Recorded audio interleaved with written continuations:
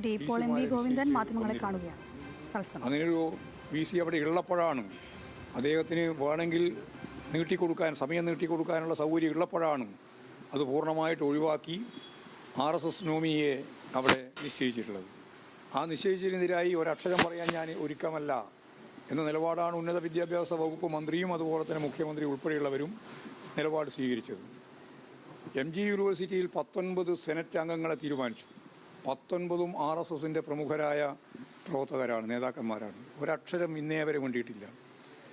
അപ്പോൾ ഇവരെല്ലാം RSS വൽക്കരിക്കാൻ വേണ്ടി, ഹിന്ദുത്വവൽക്കരിക്കാൻ വേണ്ടിയുള്ള ബോധപൂർവമായ ശ്രമം നടത്തുമ്പോൾ അതിന് പൂർണ്ണമായും മൗനാനുവാദം കൊടുക്കുകയും ഗവർണർക്കൊപ്പം മുന്നോട്ടേക്ക് നീങ്ങുകയും ചെയ്ത സമീപനമാണ് നമ്മൾ കേരളത്തിൽ കണ്ടുകൊണ്ടിരിക്കുന്നത്.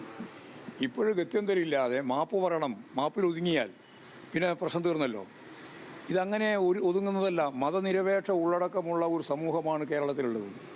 അവിടെ ഉന്നത വിദ്യാഭ്യാസ മേഖല പൂർണ്ണമായിട്ടും കാവ്യവൽക്കരിക്കാൻ വേണ്ടി, RSS വൽക്കരിക്കാൻ വേണ്ടി, ഹിന്ദുത്വവൽക്കരിക്കാൻ വേണ്ടി ശ്രമം നടന്നാൽ അതിനെ കേരളത്തിലെ ജനങ്ങൾ ഏത് രാഷ്ട്രീയ പ്രസ്ഥാനം നോക്കേണ്ട കാര്യമില്ല, അവരെല്ലാം ശക്തിയായിട്ട് അതിന് എതിർക്കും എന്നുള്ള കാര്യത്തിൽ യാതൊരു സംശയമില്ല.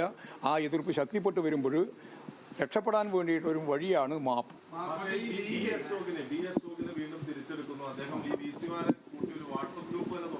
അതെ, വാട്സപ്പ് ഗ്രൂപ്പ് ഉണ്ടാക്കുക അശോകനെ സംബന്ധിച്ചിടത്തോളം എല്ലാവർക്കും അറിയാലോ. എല്ലാ മാധ്യമങ്ങളും കൃത്യമായിട്ട് എഴുതിയിട്ടുള്ളതാണ്.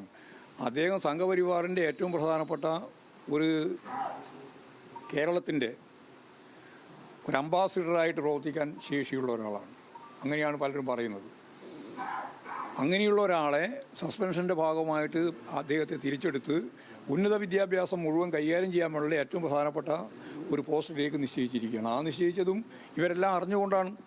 അപ്പോൾ സംഘപരിവാരവുമായിട്ട് ബന്ധപ്പെട്ട് BJPയും RSSും ഞങ്ങളുമായിട്ട് ബന്ധപ്പെട്ടുകൊണ്ടാണല്ലോ, ഡീലുണ്ട് എന്നാണല്ലോ ആദ്യം പ്രചരിപ്പിച്ചുകൊണ്ടിരുന്നത്. ഇപ്പോഴും ഒരു മാസം പൂർത്തിയാകുന്നതിന് മുമ്പ് ആ ഡീൽ എന്താണ് എന്ന് തിരഞ്ഞെടുപ്പിൻ്റെ ഘട്ടത്തിലുണ്ടായിട്ടുണ്ട്.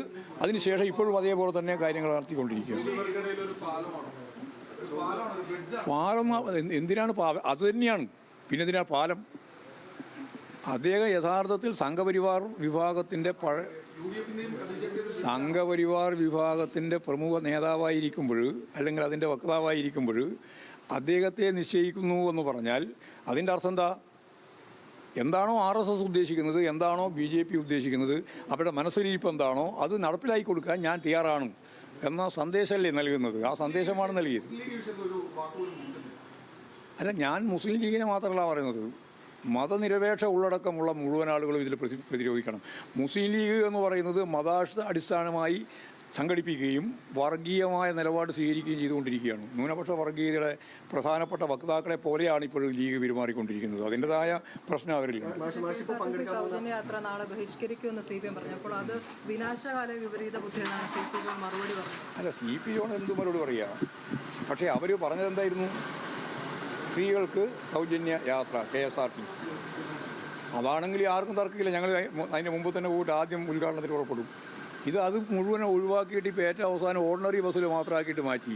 ഓർഡിനറി ബസ് ഇല്ലാത്ത സ്ഥലമാണ് കേരളത്തിൻ്റെ മഹാഭൂരിപക്ഷ സ്ഥലവും. KSRTCൻ്റെ ഓർഡിനറി ബസ്സേ ഇല്ല.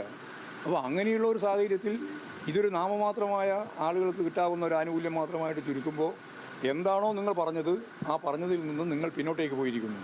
അതിൻ്റെ ഒരു പ്രതിഷേധം രേഖപ്പെടുത്തിയെന്ന് മാത്രമേ ഉള്ളൂ. ആ പദ്ധതിയോട് ഞങ്ങൾക്ക് എതിർപ്പുള്ള കാര്യമല്ല. പദ്ധതിയെ ഞങ്ങൾ ആരും എതിർക്കൊന്നുമില്ല.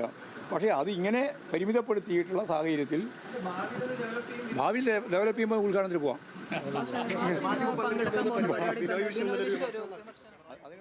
RSS പരിപാടിയിൽ VCമാർ പങ്കെടുത്ത വിഷയത്തിൽ പ്രതികരിക്കുകയായിരുന്നു MV ഗോവിന്ദൻ.